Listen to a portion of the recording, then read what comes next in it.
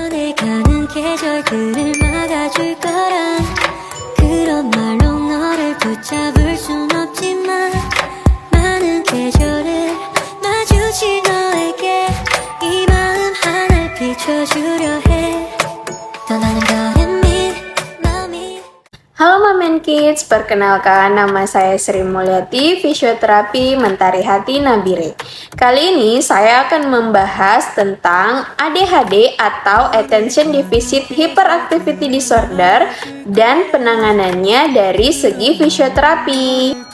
Jadi, ADHD atau Attention Deficit Hyperactivity Disorder adalah gangguan perilaku pada anak yang ditandai dengan gangguan pemusatan perhatian, hiperaktivitas, serta impulsivitas. Sehingga anak dapat disimpulkan mengalami ADHD apabila ketiga kategori tersebut terpenuhi. Berikut beberapa contoh ciri-ciri anak yang aktif dan anak yang hiperaktif.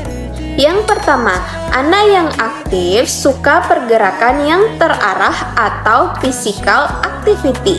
Sedangkan anak yang hiperaktif aktif tidak terarah pergerakannya ke sana ke sini, pindah ke sana dan pindah ke sini. Yang kedua, anak yang aktif paham kapan harus duduk dan fokus, sedangkan anak yang hiperaktif tidak bisa duduk diam dan fokus dalam beraktivitas. Yang ketiga, anak aktif bisa paying attention dalam aktivitas yang memerlukan atensi. Sedangkan anak hiperaktif banyak bicara, tidak terkontrol, yang dibicarakan lompat-lompat, serta tidak sesuai dengan situasi. Yang keempat, anak aktif bisa mengontrol diri sesuai dengan situasi, sedangkan anak yang hiperaktif tidak paham situasi, mau ramai ataupun tidak, anak tetap aktif bergerak. Yang kelima, anak aktif bisa mengontrol emosi diri, sedangkan anak hiperaktif kesulitan dalam mengontrol emosi diri. Yang keenam, anak aktif ada masanya merasa lelah dan ingin beristirahat, sedangkan anak yang hiperaktif tidak kenal lelah.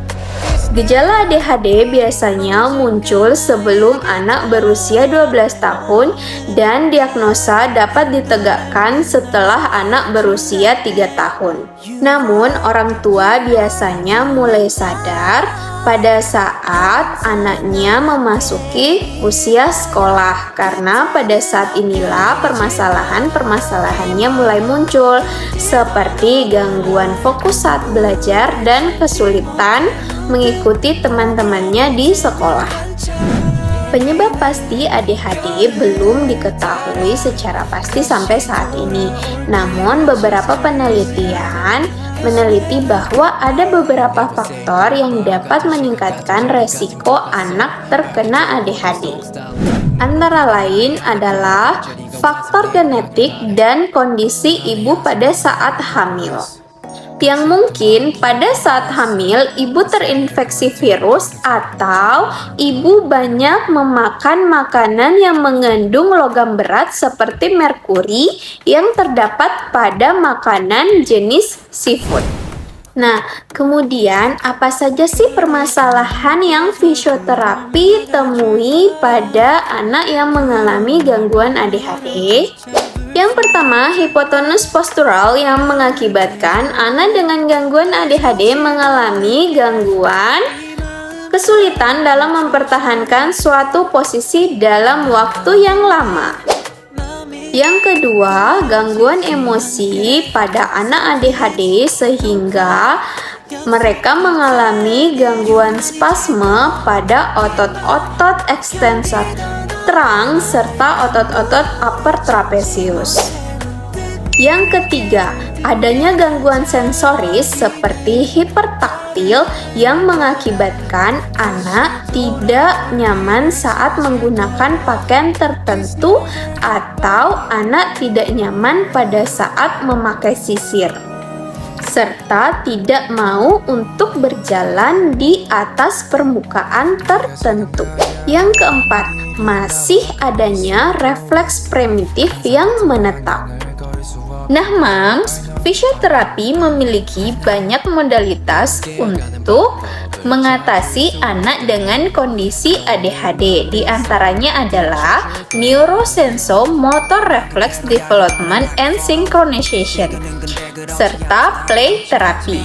Neurosenso merupakan suatu metode pendekatan terapi yang didasarkan pada teori long life reflex, atau refleks yang mengikuti kita seumur hidup dan berprinsip pada brain stimulation. Metode ini memiliki 3 level. Yang pertama, level basic yang bertujuan untuk memperbaiki respons sensorik dan meningkatkan homeostasis atau keseimbangan sistem metabolisme. Intervensinya berupa stimulasi taktil, facial release, tendon guard, trigger point, massage, mobilisasi pasif, blocking sensori, serta oral stimulasi. Yang kedua, level sensomotor reflex yang bertujuan untuk meningkatkan kontrol dan gerakan tubuh yang lebih optimal. Yang ketiga, level motor activation yang bertujuan untuk meningkatkan, mengintegrasi, dan mensinkronisasi seluruh sistem kerja tubuh, baik sensoris maupun refleks. Oke, Mams, cukup sekian yang bisa saya sampaikan. Semoga dapat bermanfaat bagi Mams sekalian. Terima kasih. You never say goodbye. 같은 시간 같은 자리 같은 공간 속 밝혀져 어둠 속 starlight 너로 인해 나의 하나뿐인 별자리가 완성돼